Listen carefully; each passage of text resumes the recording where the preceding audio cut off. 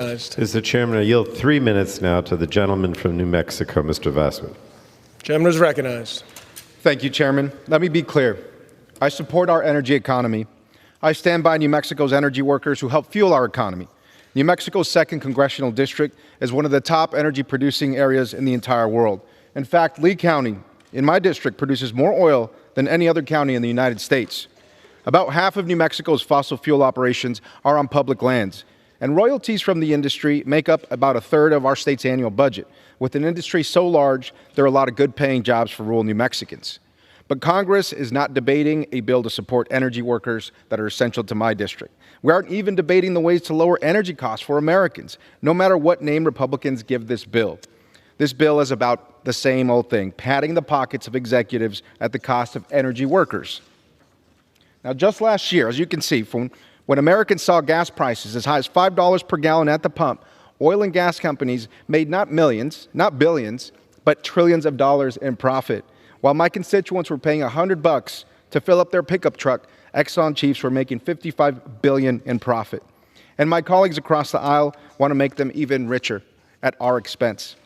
Now, in the Permian Basin, oil and gas production has increased nearly every year since 2013, and it's on track to reach even new, higher production records this year. We're already unleashing American energy. But these profits aren't going to the workers in my district. They're going to the wealthy CEOs with collections of massive mansions and cars, while the energy workers in my district are living right here in tents and temporary trailer homes, while the CEOs are living right up here in Hawaii and mansions all across the world.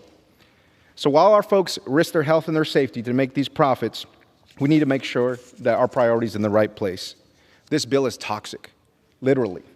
It would increase pollution by removing the methane emission regulations and gutting the Clean Air Act. Asthma rates in southeast New Mexico are the highest in the region, largely connected to methane and other emissions, and Republicans want to make this air dirtier, send more kids to the hospital.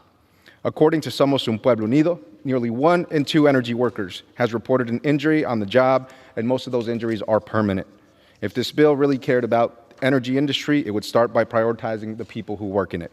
As the representative for New Mexico's 2nd District, I will always prioritize my constituents, the hardworking energy workers, over the big oil CEOs from outside of my district.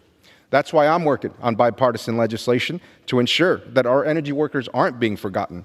Instead of focusing on growing the record profits for executives and CEO, my bill would focus on protecting the backbone of our energy economy, our energy workers. I'm focused on investing in the workers who have generated hundreds of millions of revenue to our state.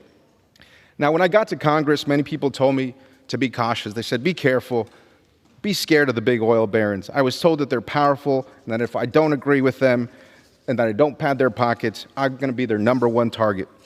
Well, guess what?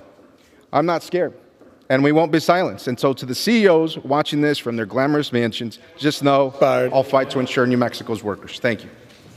Gentleman from Ohio is recognized.